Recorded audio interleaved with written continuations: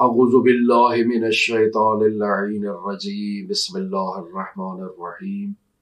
الحمد للہ رب العالمین الصلاة والسلام علی اشرف الانبیاء والمرسلین وعلی آلہ طیبین الطاہرین المعصومین الذین اذهب اللہ عنہم الرجس وطہرہم تطہیرا اما بعد۔ ہماری آپ کے ساتھ گفتگو فقہی مسائل میں جاری تھی۔ ہم نے آپ کی خدمت میں وضوء ترتیبی، وضوء ارتماسی اور وضوء جبیرہ کو بیان کیا۔ آج ہم آپ کی خدمت میں شرائط وضوء کے ساتھ حاضر ہوئے ہیں، یعنی وہ کون سی شرائط ہیں جن شرائط کو انجام دینے، جن کا خیال رکھنے سے وضوء ہمارا درست رہے گا، اور اگر ان شرائط میں سے کوئی ایک شرط بھی ہم نے مس کر دی تو ہمارا وضوء باطل ہو جائے گا۔ لہٰذا وہ افراد جو وضوء کر رہے ہیں انہیں ان چیزوں کا خاص خیال رکھنا چاہیے۔ سب سے پہلے ہم جو شرائط آپ کی خدمت میں بیان کر رہے ہیں وہ پانی سے متعلق ہے، یعنی وضوء کا پانی کیسا ہونا چاہیے۔ پہلے مرحلے میں وضوء کا پانی پاک ہونا چاہیے، یعنی انسان نجس پانی کے ذریعے وضوء نہیں کر سکتا ہے۔ وضوء کا پانی مباح ہونا چاہیے، یعنی انسان کسی سے پانی چھین کر آئے اور اس سے وضوء کرے، اس سے وضوء باطل ہے۔ یا انسان کسی کی ملک میں داخل ہو جاتا ہے، کسی کی پراپرٹی میں داخل ہو جاتا ہے اور وہاں موجود نلکے کو کھول کر اس سے وضوء کرنے لگ پڑتا ہے، تو یہ بغیر مالک کی اجازت سے اس کے پانی سے آپ وضوء کر رہے ہیں، یہ وضوء درست نہیں ہے، مالک سے اجازت لینا ضروری ہے۔ لہٰذا وضوء کا پانی مباح ہونا چاہیے، غصبی پانی سے وضوء نہیں ہو سکتا۔ تیسرے نمبر پر بیان کر رہے ہیں کہ وضوء کا پانی جو ہے وہ مطلق ہونا چاہیے، جسے آب مطلق کہا جاتا ہے۔ آب مطلق جب بھی اصطلاح استعمال کی جائے تو یہ اصطلاح استعمال ہوتی ہے آب مضاف کے مقابلے میں۔ آب مضاف کسے کہتے ہیں؟ یعنی وہ پانی جو کسی چیز سے لیا گیا ہو، یا ایسا پانی جس میں کوئی چیز ملا دی جائے، اس قدر ملا دی جائے کہ اب وہ پانی خالص نہ رہے، اس پانی کو آب مضاف کہا جاتا ہے۔ مثال معروف دی جاتی ہے، وہی آپ کی خدمت میں بیان کرتے ہیں کہ کوئی شخص ہے جو ہندوانے کو نچوڑتا ہے اور اس سے تربوز کو نچوڑنے سے اس کا پانی نکال لیتا ہے۔ یہ جو تربوز کا پانی اس نے نکالا ہے یہ آب مضاف ہے۔ یا مارکیٹ میں آپ دیکھ لیتے ہیں کہ بہت سارے جو ہے وہ پھلوں کے جو پانی ہے وہ بازار میں مل جاتا ہے، جیسے مثلا آپ دیکھیں کہ آم کا جو جوس ہے وہ آپ کو مل جائے گا، یا گنے کا جوس ہے، یا اس کے علاوہ گاجر کا جوس ہے، یا سیب کا جوس ہے، یا اس کے علاوہ مختلف قسم کے پھلوں کے جو جوسز ہیں وہ بازار میں ملتے ہیں۔ ہوتا تو وہ بھی پانی ہے لیکن اس سے وضو نہیں ہوتا ہے۔ یا مثلا آپ کوکو کولا کی بوتل لے لیں، یا مثلا سپرائٹ کی بوتل لے لیں، تو کیا ان سے وضو ہو سکتا ہے؟ ان میں بھی تو پانی ہے، نہیں، اس پانی سے وضو نہیں ہو سکتا۔ وضو کے لیے آب خالص کا ہونا ضروری ہے، جسے آب مطلق کہا جاتا ہے۔ آب مضاف کی دوسری قسم مثلا ایک خالص پانی ہے، اس کے اندر آپ چینی ڈال دیتے ہیں اور اس کو مکس کرنا شروع کر دیتے ہیں، اب یہ آپ جو ہے یہ آب مضاف کہلائے گا۔ پہلے آب خالص تھا، اب آب مضاف ہو گیا چونکہ آپ نے اس کے اندر چینی مکس کر دیا، یا اس کے اندر سیاہی مکس کر دیتے ہیں، اس کے اندر زیادہ مقدار میں کافور کو مکس کر دیتے ہیں، اس میں بیری کا پانی مکس کر دیتے ہیں، تو ایسے میں یہ آب جو ہے یہ آب مضاف کہلائے گا، آب مطلق نہیں کہلائے گا، اس سے وضو نہیں ہو سکتا۔ پھر اس کے علاوہ آپ کی خدمت میں عرض کیا جائے کہ وضو کا برتن، جس برتن کے ذریعے سے انسان وضو کر رہا ہے، مثلا میں نے لوٹے میں پانی ڈالا ہے، یہ لوٹا جو ہے اس کے متعلق کہتے ہیں کہ یہ لوٹا مباح ہونا چاہیے۔ اگر یہ لوٹا کسی سے چھین کے آیا ہوں تو اس سے وضو نہیں ہوگا۔ یا یہ جو پانی کی بوتل ہے جو ڈسپوزیبل بازار سے مل جاتی ہے جس میں پانی ہوتا ہے، منرل واٹر، انسان یہ کسی سے چھین لیتا ہے، اب چاہتا ہے کہ اس برتن میں وضو کرے۔ ایک تو یہ ہے کہ اس کے اندر جو پانی موجود ہے یہ بھی غصبی ہے، لیکن پانی کے علاوہ خود یہ بوتل بھی غصبی ہے۔ مثلا انسان جب اس پانی کو استعمال کر لیتا ہے، سارا غصبی پانی اس نے پی لیا ہے، بوتل تو خالی ہے، اس بوتل کو لے جاتا ہے، جا کے نل کے نیچے سے دوبارہ اس کو بھرتا ہے، اب اس بوتل سے انسان وضو کرنا چاہتا ہے، تو چونکہ یہ بوتل بھی غصبی ہے اس سے وضو نہیں ہوگا، لہٰذا یہ بوتل بھی مباح ہونی چاہیے۔ اسی طرح وہ لوٹا ہے، یا اسی طرح سے دوسرے ایسے برتن ہیں جن کے ذریعے سے انسان وضو کر سکتا ہے۔ پھر پانچویں شرط جو وضو سے متعلق اور اس کے برتن سے متعلق بیان کی گئی ہے وہ یہ ہے کہ یہ وضو کا برتن جو ہے یہ سونے اور چاندی پر مشتمل نہ ہو۔ اگر یہ برتن سونے اور چاندی کا ہوگا تو اس سے وضو انسان کا نہیں ہوتا ہے۔ پھر اس کے علاوہ اعضاء وضو سے متعلق دو چیزیں فقہا نے بیان کی ہیں۔ پہلی چیز یہ ہے کہ انسان کے وضو کے اعضاء کا پاک ہونا نہایت ضروری ہے۔ اگر یہ اعضاء پہلے سے نجس ہیں تو ان نجس اعضاء کے اوپر انسان وضو انجام نہیں دے سکتا، پہلے انہیں پاک کرے اس کے بعد انسان ان کے اوپر وضو کر سکتا ہے۔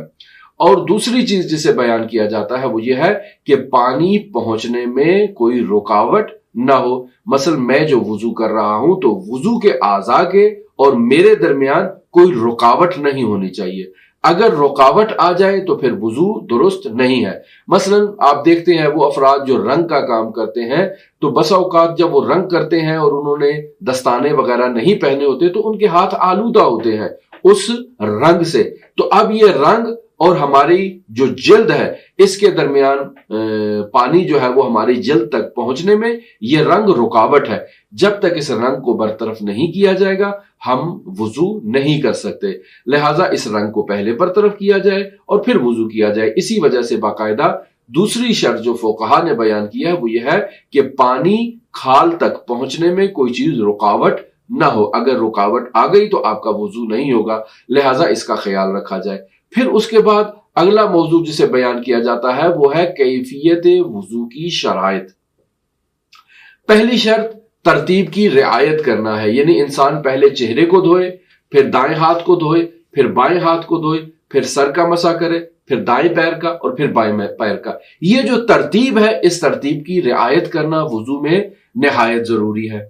اور پھر اس کے بعد اگلی چیز جو کیفیت وضو کی شرائط میں فقہا نے بیان کی ہے وہ ہے موالات کی رعایت کرنا، یعنی پے در پے، یعنی میں ابھی چہرے کو دھوتا ہوں، 5 منٹ کے بعد جا کر دائیں ہاتھ کو دھوتا ہوں، 10 منٹ کے بعد جو ہے وہ بائیں ہاتھ کو دھوتا ہوں، پھر آدھے گھنٹے کے بعد سر کا مسح کرتا ہوں، تو یہ وضو نہیں ہے۔ کیوں؟ چونکہ اس میں جو اعمال وضو ہیں وہ ایک دوسرے کے پے در پے انجام نہیں دیے جا رہے، لہٰذا موالات کیا ہے؟ موالات یہی ہے کہ پہلے چہرے کو دھویا جائے، پھر اس کے فوراً بعد دائیں کو، پھر فوراً بعد بائیں کو، اور پھر سر کا مسح فوراً بعد کیا جائے، پھر دائیں پیر کا اور بائیں پیر کا، یعنی ترتیب کے ساتھ پے در پے ہونا یہ نہایت ہی ضروری ہے وضو کے۔ اور پھر تیسرا مطلب جسے بیان کیا جاتا ہے وہ یہ ہے کہ انسان خود وضو کرے، کوئی دوسرا اس کے وضو میں مدد نہ کرے۔ اگر کوئی دوسرا اس کے وضو میں مدد کر رہا ہے تو ایسے میں ایک انسان جو مضطر بھی نہیں ہے، مشکلات کا شکار بھی نہیں ہے اور خود وضو نہیں کر رہا ہے، کہہ رہا ہے کہ میں نواب صاحب ہوں، میرا کوئی دوسرا شخص آ کر وضو کرے، تو ایسے میں اس کا وضو باطل ہے، یہ درست نہیں ہے۔ وضو کی شرائط میں فقہا نے 3 شرطیں باقاعدہ ذکر کی ہیں۔ پہلی شرط یہ ہے کہ نجس اور مضاف پانی سے وضو باطل ہے، خواہ انسان کو پانی کے نجس اور مضاف ہونے کا علم ہو، خواہ نجس اور مضاف ہونے کا علم نہ ہو، دونوں صورتوں میں یہ باطل ہے۔ ایک مرتبہ یہ ہے کہ انسان کو پانی کے نجس یا مضاف ہونے کا علم تھا لیکن بعد میں بھول گیا، تو اس صورت میں بھی اس کا یہ وضو درست نہیں ہے۔ کیوں؟ چونکہ وہ پانی جس سے انسان وضو کر رہا ہے یا وہ پانی نجس ہے، یعنی اس میں وہ صلاحیت نہیں ہے کہ وہ انسان کو طہارت عطا کر سکے، تو وہ خود جب صلاحیت نہیں رکھتا ہے تو فاقد شے موتی شے نہیں ہو سکتا ہے، چاہے آپ کو اس کا علم ہو چاہے آپ کو اس کا علم نہ ہو۔ اسی طرح مضاف پانی ہے کہ مضاف پانی سے بھی وضو نہیں ہوتا ہے، چاہے آپ کو اس کا علم ہو چاہے آپ کو اس کا علم نہ ہو۔ دوسرا مطلب جو وضو کی شرائط میں فقہا بیان کرتے ہیں وہ یہ ہے کہ وضو کا پانی مباح ہونا چاہیے۔ پس بعض موارد ایسے ہیں جسے فقہا ذکر کر رہے ہیں بطور علامت کہ آپ اس کو مد نظر رکھیں، یہ موارد اباحے سے خارج ہے۔ مثلا ایسے پانی سے وضو جس کا مالک راضی نہ ہو، تو ظاہر ہے یہ تو مباح نہیں رہا نا پانی۔ میں کسی کے گھر میں زبردستی داخل ہوتا ہوں، وہاں دیکھتا ہوں کہ صحن میں نلکا لگا ہوا ہے، اس نلکے کو کھولتا ہوں اور اس سے وضو کرنا شروع کر دیتا ہوں، مالک بھی اس پہ راضی نہیں ہے۔ ایک تو میں نے اجازت نہیں لی ہے اور مالک آ گیا ہے اور آ کر مجھے منع بھی کر رہا ہے، لیکن میں کہہ رہا ہوں نہیں، میں نے تو وضو ہی کرنا نا، صرف میں کچھ اور تو نہیں کر رہا ہوں، صرف وضو کر رہا ہوں، باہر نکلو، نہیں، یہ وضو باطل ہے۔ اس کے علاوہ فرما رہے ہیں کہ ایسے پانی سے وضو جس کے مالک کی رضامندی یا عدم رضایت کا علم نہ ہو۔ میں جو ہے وہ دیکھ رہا ہوں ایک بلڈنگ خالی پڑی ہوئی ہے، وہاں سے پانی بھی موجود ہے، میں وہاں چلا جاتا ہوں، جا کر وضو کر لیتا ہوں، مجھے نہیں معلوم کہ ممکن ہے اس کا مالک راضی ہو، ممکن ہے راضی نہ ہو، یا بس اوقات آپ دیکھتے ہیں کہ وہ جو بلڈنگز وہ تعمیر کے مراحل ابھی طے کر رہی ہیں، وہاں پر پانی بھی ہوتا ہے، جگہ بھی ہوتی ہے، تو میں کہتا ہوں کہ کیوں نہیں اس خالی جگہ پر جا کر میں نماز بھی پڑھ لوں، اس پانی سے بھی استفادہ کر لوں، مجھے نہیں معلوم کہ وہاں کا مالک اس کام پر راضی ہے یا راضی نہیں ہے، لیکن میں وہاں چلا جاتا ہوں، تو یہ بات درست نہیں ہے۔ وہاں جا کر انسان نہ تو نماز پڑھ سکتا ہے، نہ ہی وضو کر سکتا ہے، چونکہ اس کو اس جگہ کے مباح ہونے کا علم نہیں ہے۔ پھر اس کے علاوہ فرماتے ہیں کہ ایسے پانی سے وضو جس کے مالک کی رضامندی یا عدم رضایت کا علم نہ ہو، یہ میں آپ کی خدمت میں بیان کر چکا ہوں۔ پھر اس کے علاوہ ایسا پانی جو خاص افراد کے لیے وقف ہے، جیسے دینی مدارس ہیں، اور دینی مدارس وقف ہوتے ہیں وہاں کے طلاب کے لیے جو وہاں پر مقیم ہے۔ ایک شخص باہر سے آتا ہے اور آ کر مدرسے کا دروازہ بجاتا ہے اور کہتا ہے تھوڑی دیر کے لیے دروازہ کھولو، میں اندر جا کر وضو کر دیتا ہوں، اور اگر اس صورتحال میں مدرسے کا وہ جو چوکیدار ہے وہ کہے کہ آپ کو یہاں وضو کرنے کی اجازت نہیں ہے، تو وہ جو باہر سے شخص آتا ہے وہ آ کر مدرسے کو بھی گالیاں نکالتا ہے، مدیر مدرسہ کو بھی گالیاں نکالتا ہے، اور جو اس کو زبان میں آتا ہے وہ کہہ دیتا ہے بھئی یہ فقہی مسئلہ ہے، اس مدرسے کے اندر جو پانی ہے وہ اس مدرسے میں رہائش پذیر طلاب علوم دینیہ کے لیے وقف ہے، آپ باہر سے آ کر اس پانی سے وضو اگر کر بھی لے، یعنی وہ چوکیدار اگر دروازہ کھول بھی دے، غفلت کرے اور آپ کو کہے تشریف لے آؤ، آپ اگر اس پانی سے وضو کر بھی لیں گے تو چونکہ وہ مخصوص تھا اس طلاب کے لیے، آپ نے باہر سے آ کر وضو کیا، آپ کا وضو باطل، آپ نے نماز پڑھی ہے تو آپ کی نماز باطل، چونکہ آپ کی نماز بغیر وضو کیا ہے۔ تو عزیزان ایسے مسائل میں توجہ کرنی چاہیے، انسان کو غفلت کا مظاہرہ نہیں کرنا چاہیے۔ ایسا نہیں ہے آپ ایک خیر کام کرنے کے لیے گناہ کرتے جائیں، نہیں، خیر کام کریں تو خیر ہی کریں، اس میں گناہ کو شامل نہ کریں۔ جب وہ آپ کو اندر آنے کی اجازت نہیں دے رہا ہے چوکیدار، تو آپ کیوں برا بھلا کہہ رہے ہیں اس مدرسے کے جو مسئول ہیں، مدرسے کے متولی ہیں، مدرسے کے جو سرپرست ہیں، مدرسے کے جو طلاب ہیں، چوکیدار ہیں، یا جو کچھ بھی ہیں۔ تو ایسے میں اس چیز کا آپ خیال رکھیں۔ یا اسکولز ہیں، مثلا گورنمنٹ نے اسکول بنایا ہے لیکن اس اسکول کے جو واش رومز ہیں، اس اسکول کا جو پانی کا سارا سسٹم ہے وہ اسی اسکول کے پڑھنے والے اسٹوڈنٹس کے لیے ہے یا اساتذہ کے لیے، لہٰذا باہر سے کوئی شخص اگر آئے گا تو وہ اس بات کی اجازت نہیں رکھتا ہے کہ وہ ان سہولیات سے استفادہ کرے۔ اسی طرح بہت سارے ہوٹلز ہیں، بہت سارے جو ایسے عمومی مقامات ہیں جو بعض چیزوں کے لیے مخصوص ہیں۔ مثلا آپ کسی ہوٹل میں جاتے ہیں تو اس ہوٹل کی جتنی بھی سروسز ہیں وہ وہاں پر آنے والے مہمانوں کے ساتھ مخصوص ہے۔ آپ کے لیے جو آپ باہر سے تشریف لا رہے ہیں آپ کے لیے وہ چیز نہیں ہے۔ آپ اگر اس سروس سے استفادہ کرنا چاہتے ہیں تو آپ آئیں ہوٹل میں اور ہوٹل کی کوئی نہ کوئی چیز استعمال کریں۔ مثلا آپ کسی ہوٹل میں جاتے ہیں، آپ نے وضو کرنا ہے، لیکن آپ کو معلوم ہے کہ یہ ہوٹل میں ظاہر آپ باہر سے آ رہے ہیں، تو ایسے بغیر انتظامیہ کی اجازت کے آپ تو وضو نہیں کر سکتے، اور اگر وضو بھی کر لیں تو وہ وہاں کے لیے مخصوص ہے، انہوں نے لکھ کے لگایا ہوا ہے۔ تو ایسے میں آپ وہاں جائیں گے، باقاعدہ کوئی کافی پئیں گے، کوئی چائے پئیں گے، تو اب جب آپ ان کے باقاعدہ کسٹمر بن جائیں گے تو اب آپ کو حق حاصل ہے کہ آپ وہاں جا کر وضو بھی کر سکتے ہیں اور ان کے واش روم سے بھی استفادہ کر سکتے ہیں۔ تو ایسے میں آپ یہ کام کر سکتے ہیں، ایسے ہی باہر سے منہ اٹھائیں اور اندر سیدھا واش روم میں چلے جائیں اور جا کر وضو کرنا شروع کر دیں، یہ درست اس طرح سے نہیں ہے۔ اگر وہ ہوٹل نے باقاعدہ اس کے لیے ان چیزوں کو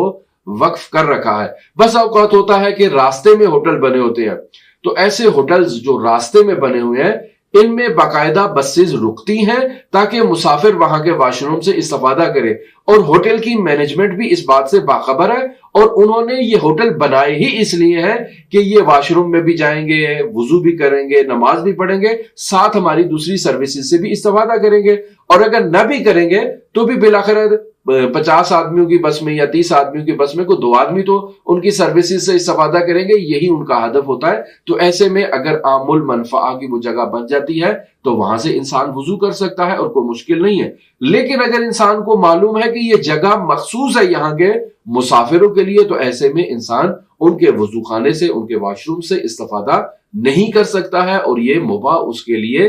نہیں ہوں گے۔ بہت بڑی نہریں ہیں جو معمولاً جاری ہوتی ہیں، کیا ان نہروں سے وضو کرنا جائز ہے؟ خواہ انسان کو معلوم ہو کہ یہ اس نہر کا مالک راضی ہے، خواہ معلوم نہ ہو کہ اس کا مالک راضی نہیں ہے۔ یعنی علم ہونے اور علم نہ ہونے دونوں صورتوں میں انسان اس عام المنفعہ نہر سے باقاعدہ وضو کر سکتا ہے اور کوئی مشکل نہیں ہے۔ ہاں البتہ اگر آپ کو معلوم ہے کہ اس نہر کا جو مالک ہے وہ راضی نہیں ہے کہ آپ اس کی نہر کے پانی سے وضو کریں، تو یہاں فقہا فرماتے ہیں کہ احتیاط واجب کی بنیاد پر آپ ان نہروں کے پانی سے وضو نہیں کر سکتے ہیں۔ یہ وہ مسائل ہیں کہ جو ہم نے وضو سے متعلق آپ کی خدمت میں بیان کیے ہیں۔ مزید وضو کے اعضاء سے متعلق جو مسائل ہیں ہم اپنی اگلی گفتگو میں آپ کے ساتھ شیئر کریں گے۔ اگر آپ دلچسپی رکھتے ہوں تو ہمارے ساتھ رہ سکتے ہیں۔ اللہم صلی علی محمد و آل محمد وعجل فرج قائم آل محمد۔